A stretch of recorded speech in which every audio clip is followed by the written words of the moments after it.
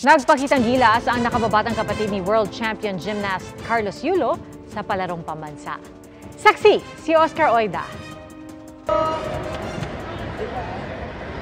Isang Yulo na naman ang nagpakitang gilas sa larangan ng gymnastics sa ginaganap na palarong pambansa. Ito'y walang iba kundi ang 15 anyos na si Eldrew Yulo, ang nakababatang kapatid ng ating gymnastics world champion na si Carlos Yulo.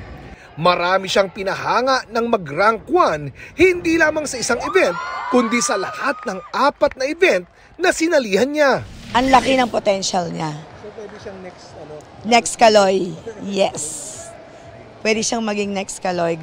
Nakikita namin sa kanya yun. Hindi ko po siya ma-explain pero masaya po talaga ako dahil nababanggit na po yung pangalan ko, hindi na po yung ang kapatid niya ni Carlos Yulo. Aminado si Eldrew na di pa rin daw nawawala ang kaba. Siyempre po, kinakabahan pa rin po ako kasi first time ko po maging secondary and may kaba pa rin po, may pressure pa rin po.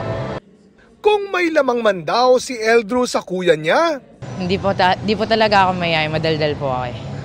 So siya mahihayin tapos ako hindi. And ako yung pinaka-sweet sa amin. bukod kay Eldrew, pinag-uusapan din ang mga pambato ng NCR sa Cluster 2 Elementary Artistic Gymnastics. Ang 11 taong gulang na si Maxine Bondok at ang 12 anyos na si Jillian Bantillan. Bagamat mag-teammate, silang dalawa mismo ang nagtagisan para makapasok sa finals ng uneven bars. Sobrang thankful ako kasi not many girls get the opportunity to train sa magandang gym or to even compete dito sa palarong pambansa. Palagi-lagi po kasi kami nagtitraining sa gym everyday, tsaka ginagawa lang po namin mga kakain namin. Aminado ang mga pambato ng NCR na liyamado sila pagdating sa magagandang kagamitan. Pero di raw matatawaran ang galing ng mga taga-ibang rehiyon. Para sa GMA Integrated News, Oscar Oida ang inyong saksi.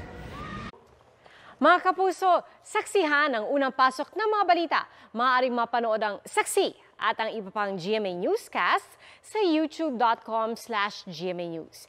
I-click lang ang subscribe button. At sa mga kapuso abroad, maaari po kaming masubaybayan sa GMA Pinoy TV at www.gmanews.tv.